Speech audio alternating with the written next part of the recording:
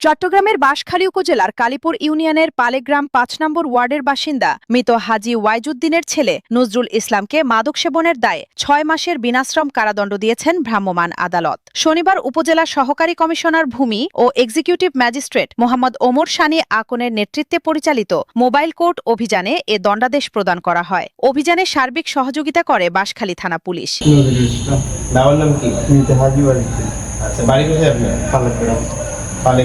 জানা গেছে, দণ্ডপ্রাপ্ত নজরুল ইসলামের আগেও মাদক সেবন ও মাদক বিক্রির অভিযোগে বিভিন্ন মেয়াদে কারাদণ্ড ভোগ করেছেন। এদিকে স্থানীয় বাসিন্দাদের অভিযোগ, কারাভোগের পরও তিনি ইয়াবা সেবনের পাশাপাশি ইয়াবা বিক্রির সঙ্গে সক্রিয়ভাবে জড়িত রয়েছেন। তাদের দাবি, তার কর্মকাণ্ডের কারণে এলাকার যুব সমাজ মাদকের দিকে ঝুঁকে পড়ছে। বিষয়টি গুরুত্বের সঙ্গে তদন্ত করে প্রয়োজনীয় আইনগত ব্যবস্থা গ্রহণেরও দাবি জানিয়েছেন স্থানীয়রা। উপজেলা প্রশাসন জানিয়েছে, মাদক নির্মূলে এ ধরনের অভিযান ভবিষ্যতেও অব্যাহত থাকবে।